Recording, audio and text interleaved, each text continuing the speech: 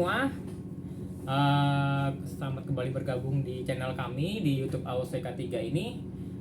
Buat teman-teman yang baru pertama nonton video-video kami, jadi YouTube channel ini itu memuat atau berisikan tentang info-info atau konten-konten terbaru seputar K3, yaitu keselamatan dan kesehatan kerja.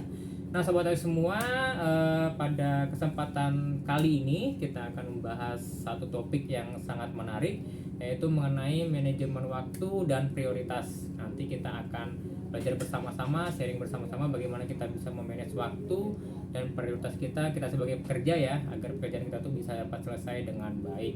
Nah, mungkin sobat-sobat AOS semua pernah ya menghadapi situasi di mana sobat AOS semua itu diberikan tanggung jawab, diberikan beban pekerjaan yang tentu sedikit banyaknya akan membuat kita kewalahan ya, bagaimana mengaturnya, yang mana yang dulu dikerjakan, yang mana bisa belakangan. Kalau kita misalnya tidak bisa mengatur dengan baik, itu bisa mengakibatkan banyak hal. Misalnya kita bisa menjadi stres, kita menjadi depresi gitu ya, kita terganggu konsentrasi, dan juga mungkin kita kehilangan waktu atau kurang waktu juga untuk mengurusi hal-hal yang lain gitu ya. Nah, sobat AOS semua, jadi pada kesempatan kali ini kita akan bersama-sama sharing, diskusi, dan kita sudah kedatangan tamu nih, narasumber kita pada sore hari ini, yaitu Mas Panji. Terima kasih untuk waktunya sudah menyempatkan diri untuk bergabung bersama kami. Kita sharing nanti diskusi dengan Mas Panji, bagaimana kita bisa mengatur waktu ya. Jadi Mas Panji ini beliau adalah seorang yang ekspertis ya, ekspertisnya adalah di bidang engineering, dan beliau juga sangat berpengalaman di tempat-tempat pekerjaan yang high risk. Jadi dan juga pasti Mas Panji juga sudah pernah menghadapi situasi-situasi di mana pekerjaan itu menumpuk, dan nanti kita akan belajar bersama beliau bagaimana kita bisa mengatur pekerjaan dan prioritas tadi ya, bagaimana kita bisa manage waktu. Mas Panji, terima kasih sudah bergabung bersama kami. Terima kasih Om Hendri. Ya, sehat ya Mas ya? Sehat, terima kasih. Terima kasih. Jadi langsung saja mungkin ya Mas Panji ya. Jadi Mas Panji mungkin bisa dijelaskan dulu ya ke kita, apa sih yang keuntungannya atau manfaatnya gitu ya kalau kita bisa menerapkan manajemen waktu ini. Silakan. Oke, baik, terima kasih Om Hendri. Jadi dengan kita bisa mengatur waktu kita untuk menyelesaikan pekerjaan itu banyak sekali manfaatnya. Sebagai contoh, salah satunya yaitu kita bisa terhindar dari yang namanya stres. Kenapa kita dapat terhindar dari yang namanya stres? Saya kasih contoh nih Om Hendri. Jadi semisal saat kita diberikan tugas dari atasan kita, mungkin ada 2 atau 3 tugas gitu. Nah, kalau kita tidak bisa mengatur waktu dan kita berusaha ingin menyelesaikan semuanya dalam waktu singkat, itu kita akan stres sendiri gitu. Nih, mana nih harus kita kerjakan nih, semuanya penting nih. Nah, dengan kita bisa mengatur waktu, kita nanti membuat skala prioritas. Mana sih pekerjaan yang prioritasnya penting dan harus segera dikerjakan. Nah, kita dapat fokus ke pekerjaan itu saja gitu.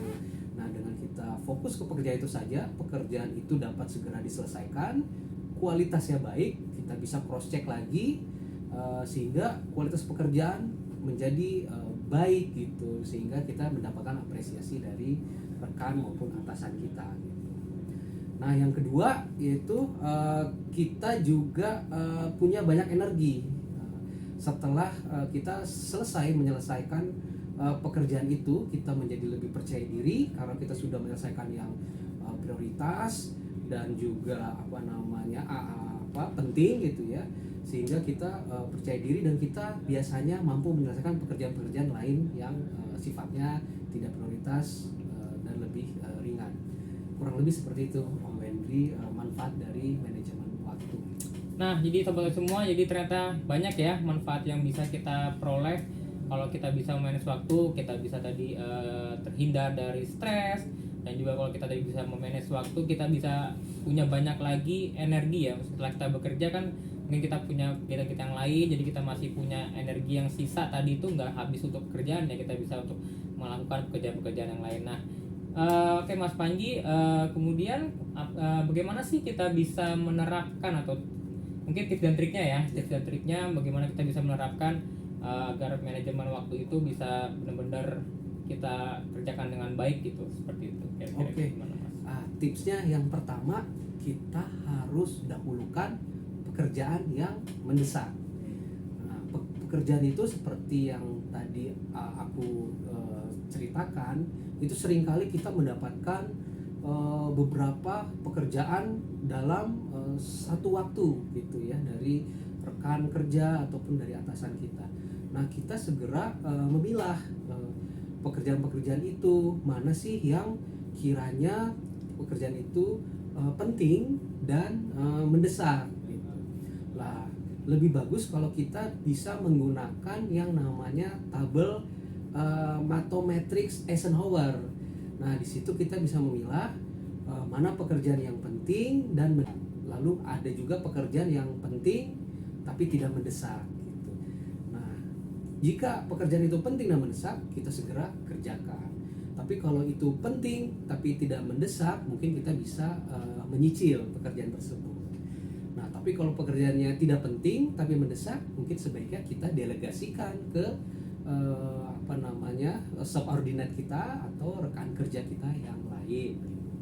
Nah, yang kedua tipsnya itu kita sebaiknya membuat batasan waktu atau durasi. Nah, dengan durasi ini kita mempunyai kontrol terhadap pekerjaan ini, harus kapan sih harus segera diselesaikan dan durasinya berapa lama, sehingga pekerjaan itu kualitasnya menjadi baik ya, karena baik dari durasi maupun kualitasnya bisa terjaga dengan kontrol batasan waktu tersebut. Nah, yang terakhir mungkin yang paling penting adalah hindari multitasking. Nah, seringkali kita mengerjakan beberapa pekerjaan dalam satu waktu. Nah, ini seringkali menyebabkan bahkan ke seluruh pekerjaan itu tidak bisa kita selesaikan akibat multitasking itu. Ya, lebih baik kita fokus aja sama satu pekerjaan yang mendesak tersebut. Kurang lebih seperti itu, Om Henry, tips-tips untuk menerapkan manajemen waktu yang tepat. Setuju banget Mas, jadi luar biasa ya teman-teman ya. Jadi ternyata kita itu perlu banget membuat yang namanya tadi skala prioritas. Nah, jadi skala prioritas itu penting ya untuk teman-teman, untuk kita kita pelajari pelan-pelan. Tadi sudah disebutkan juga ya, mungkin teman-teman ada yang sudah pernah mendengar tadi matriks Eisenhower, itu panduan ya. Jadi panduan untuk kita bisa memilah-milah mana yang prioritas penting, mendesak, atau dan bisa kita kerjakan yang bisa kita kerjakan sekarang, bisa kita tunda, atau bahkan bisa kita delegasikan ke rekan kerja kita.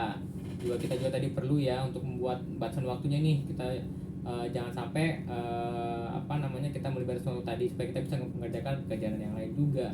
Dan juga lebih baik kita fokus satu-satu ngerjainnya ya. Kalau kita ngerjain sekali semua nih, multitasking tadi, bisa jadi semuanya nggak selesai dengan baik. Jadi hindari multitasking.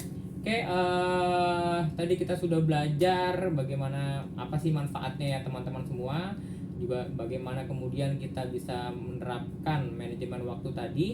Dan mungkin Mas Panji ada closing statementnya nih untuk merangkum sharing kita pada kesempatan kali ini, silakan Mas. Oke, baik buat sobat AOC semua. Jadi manajemen waktu itu penting.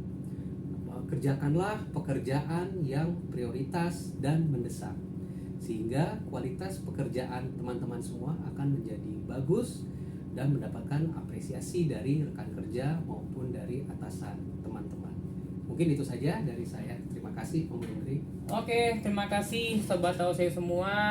Mungkin sekian dulu ya untuk sharing kita pada kesempatan kali ini. Mudah-mudahan video ini bisa bermanfaat buat kita semua, dan jangan lupa yang mungkin belum subscribe, silahkan subscribe dulu supaya kita terus dapat manfaat ya dari video-video ini.